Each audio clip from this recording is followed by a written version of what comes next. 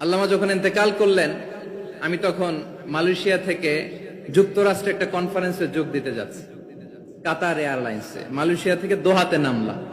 দোহায় যখন আমার ট্রানজিট, তখন শুনতে পেলাম যে আল্লামা বিদায় নিয়েছেন।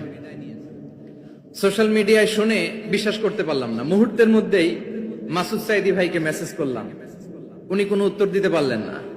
মাসুদ ভাইয়ের সাথে যখন কোলাকুলি করি, আমাদের শামীম ভাইয়ের সাথে যখন কোলাকুলি করি, মনে হচ্ছে আল্লামা সাইদির ঘ্রাণ পাই। শরীরটা লিটারালি কাঁপছিল, নিজেকে মানাতে পারছিলাম না, বিশ্বাস করতে পারছিলাম যে আসলে আল্লামা বিদায় নিয়েছেন। ইন দ্য মিন টাইম আমার সেকেন্ড ফ্লাইট দোহা টু নিউ ইয়র্ক, 12 ঘন্টার ফ্লাইটে উঠলাম। ইন্টারনেট থেকে বিচ্ছিন্ন হলাম। নামার পরে শুনলাম আল্লাহু আকবার, যেখানে ওনাকে কবরস্থ করার কথা ছিল সেখানেও কবর দিতে দেয়া হয় নাই। ছবিগুলো দেখতে লাগলাম, হাসিমাখা মুখ, হাসিমাখা নিথর দেহটা, মরণে হাসিবে তুমি কাঁদিবে ভুবন। From east to west, from north to south, the entire globe, গোটা বিশ্ব ওনার জন্য কেঁদেছে, গোটা বিশ্ব কেঁদেছে। কাবার গিলাফ ধরে ধরে মানুষ চিৎকার করেছে। সম্মানিত সুধী, হযরতুল আল্লাম শহীদ মরহুম আল্লামা দেলওয়ার হোসেন সাঈদী রাহিমাহুল্লাহ, ওনার স্মৃতি বিজড়িত আজকের এই ঐতিহাসিক প্যারেড ময়দানের তাফসিরুল কোরআনের প্রোগ্রামে সব আছে। স্টেজ আছে, শ্রোতা আছে, প্যান্ডেল আছে, মিডিয়া কাভারেজ আছে, কিন্তু আমাদের কলিজার টুকরাটা আমাদের মাঝে নাই। আজকের এই প্রোগ্রামে আলোচক হয়ে এই চেয়ারে আমি না বসে, ওই শ্রোতাদের কাতারে বসে যদি আমাদের আল্লামার নুরানি চেহারার দিকে তাকিয়ে ওয়াজ শুনতে পারতাম, আমাদের হৃদয়টা ঠান্ডা হয়ে যেত, আমাদের তৃষ্ণার্ত হৃদয় শান্ত হতো। সব আজকে আছে, কি যেন নাই, ঠিক কিনা বলেন? আল্লাহ তাআলা প্রতি 100 বছরে একজন মুজাদ্দিদ পাঠান, প্রতি 100 বছরে একজন মুজাদ্দিদ, যিনি সমাজকে সংস্কার করেন। আল্লামা দেলওয়ার হোসেন সাঈদী রাহিমাহুল্লাহ ছিলেন তেমন একজন মুজাদ্দিদ। চিৎকার করে বলেন ঠিক কিনা? উনি শিরক বিদআতের আস্তানাকে তছনছ করে দিয়েছেন, তাওহীদের বাণীকে সমুন্নত করেছেন, গণমানুষের কাছে তাফসিরুল কোরআনকে জনপ্রিয় করেছেন। আজীবন আজীবন তিনি ইসলামকে বিজয়ী শক্তি হিসেবে দেখার স্বপ্ন দেখতেন।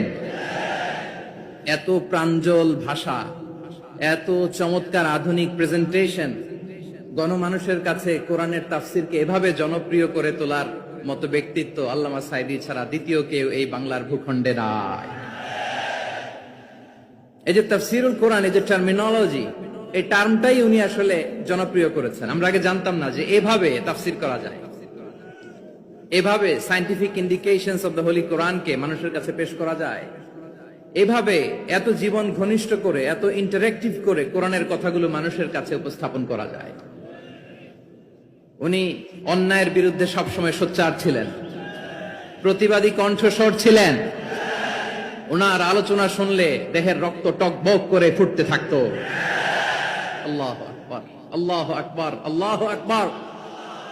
He was a strong mouthpiece of Islamic revivalism. Islamic জাগরণের স্ট্রং মাউথপিস ছিলেন আল্লামা সাঈদী রাহিমাহুল্লাহ।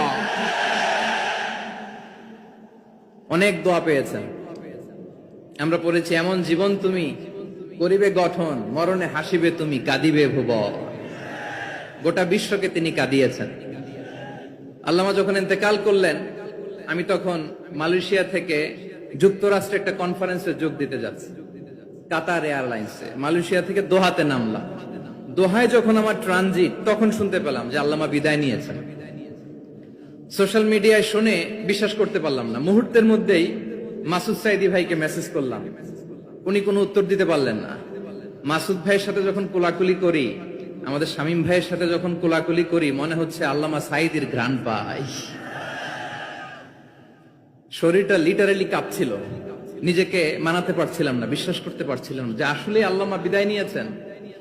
ইন দ্য মিন টাইম আমার সেকেন্ড ফ্লাইট দোহা টু নিউ ইয়র্ক, 12 ঘন্টার ফ্লাইটে উঠলাম।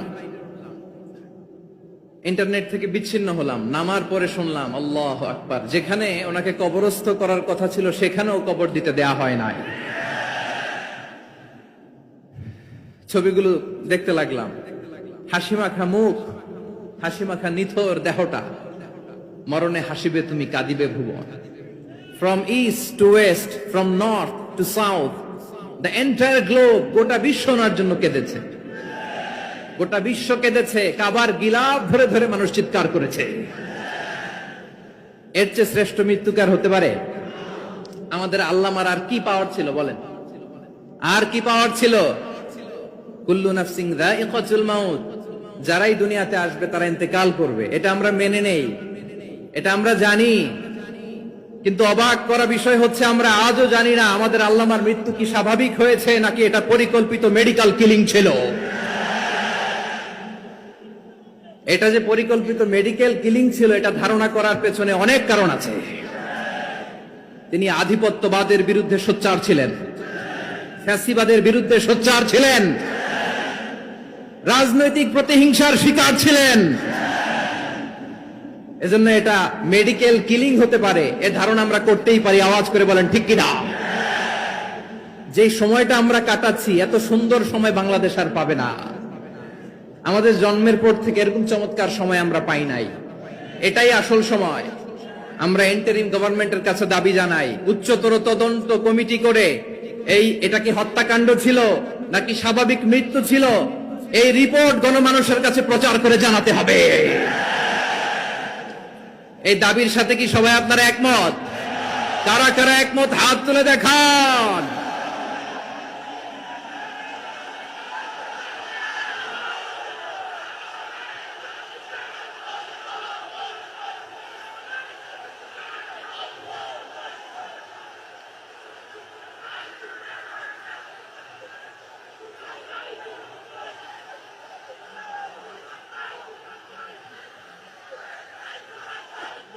আমার প্রিয় ভাইয়েরা, প্রিয় চট্টলাবাসী, আল্লাহ তাআলা তার এই মুখলেস গোলামকে তার জান্নাতুল ফেরদাউসের মেহমান হিসেবে কবুল করুক। তার জীবনের সকল খেদমাগুলোকে কবুল করুক। জান্নাতুল ফেরদাউসের আলা মাকামে তাকে মেহমান হিসেবে কবুল করুক। আল্লামা শহীদ দেলোয়ার হোসেন সাঈদী রাহিমাহুল্লাহ, উনি ছাড়াও এই ঐতিহাসিক ময়দানে কথা বলেছেন আল্লামা লুৎফুর রহমান রাহিমাহুল্লাহ। চলে গিয়েছেন আমাদেরকে ছেড়ে। তিনি বলতেন, ইনশাআল্লাহ মিজান আবার আসবে। হুজুর আমি তো আসলাম, আপনি তো আমাদেরকে ছেড়ে চলে গেলেন। আল্লাহু আকবার, আল্লাহু আকবার, আল্লাহু আকবার। গলায় কোনো সুর ছিল না, সুর দিয়ে কথা বলতেন না, কিন্তু এত চমৎকার শব্দের বুনন, এত চমৎকার প্রেজেন্টেশন, এত চমৎকার ভাবে ঐতিহাসিক বর্ণনাগুলো তিনি উপস্থাপন করতেন। মন্ত্রমুগ্ধ হয়ে আমরা আল্লামা লুৎফুর রহমানের কথা শুনেছি। আমরা হযরতুল আল্লাহ লুৎফুর রহমান রাহিমাহুল্লাহর জন্য এই বিশাল ময়দান থেকে দোয়া করছি, আল্লাহ তাআলা তুমি তোমার এই খাদেমকে জান্নাতের মেহমান হিসেবে কবুল করে নাও। আরো অনেক আল্লামারা এখানে কথা বলেছেন, বিশেষ করে বাইতুল শরফের মরহুম পীর সাহেব হুজুর থেকে শুরু করে আরো যারা যারা তারকাতুল্য ওলামায়ে কেরাম এই চট্টগ্রামের ময়দানে কথা বলেছেন, আলো ছড়িয়েছেন। আমরা এই লক্ষ লক্ষ তাওহীদি জনতাকে নিয়ে তাদের জন্য দোয়া করছি, আল্লাহ তাআলা ওনাদের জীবনের সকল ভুল ত্রুটি ক্ষমা করে দিয়ে তাদেরকে জান্নাতুল ফেরদাউসের মেহমান বানিয়ে নিক। আমরা এই ঐতিহাসিক প্যারেড ময়দানের প্রোগ্রাম থেকে স্মরণ করতে চাই 24-এর ছাত্র নাগরিক অভ্যুত্থানে আমার যে সমস্ত ছাত্র নাগরিক ভাইয়েরা দেহের তাজা রক্ত বিলিয়ে দিয়ে নতুন বাংলাদেশ আমাদেরকে উপহার দিয়েছে। বিশেষ করে আপনাদের এই চট্টগ্রামের শহীদ ফাইসাল, শহীদ ওয়াসিম সহ সকল শহীদকে আল্লাহ তাআলা কবুল করুক। আমরা সবাই পড়ি আমিন। প্রিয় ভাইয়েরা, আমি নগণ্য একজন কোরআনের ছাত্র, এত বিশাল মঞ্চে এত বড় প্ল্যাটফর্মে কথা বলা আমার জন্য সাজে না। তারপরও আমাদের মুরব্বীরা আমাদের ডানে বায়ে বসে আছেন, ওনাদের আদেশ ক্রমে, ওনাদের অনুমতি ক্রমে কিছু কথা আজকের এই ঐতিহাসিক প্রোগ্রামে আপনাদের সামনে উপস্থাপন করার চেষ্টা করব। ওমা তৌফিক ইল্লা বিল্লাহ। প্রিয় ভাইয়েরা, 5 দিন ব্যাপী এই তাফসীরুল কোরআনের প্রোগ্রামে অনেক ওলামা হযরত কথা বলেছেন। যারা কোরআন সুন্নাহ থেকে আমাদেরকে কোরআনের কথাগুলো শোনালেন, আমরা যেন সেগুলো আমল করতে পারি, আল্লাহ আমাদেরকে তৌফিক দান করুন। শুরুতে আমাদের নিয়তটাকে খালেস করে নেওয়া দরকার। এই যে গ্যাদারিং, এই যে হিউজ শোডাউন, এগুলো যদি আমাদের নিজেদেরকে পরিবর্তন না করে তাহলে এতে কোনো লাভ নাই। জোরে বলেন ঠিক কিনা?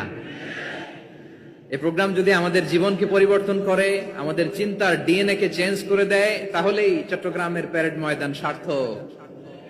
আসুন আমরা চিন্তাকে খালেস করে নেই। আমরা সবাই নিয়ত করি যে যতটুকু কথা আমরা কোরআনের আলোকে শুনবো, আমলের নিয়তে শুনবো।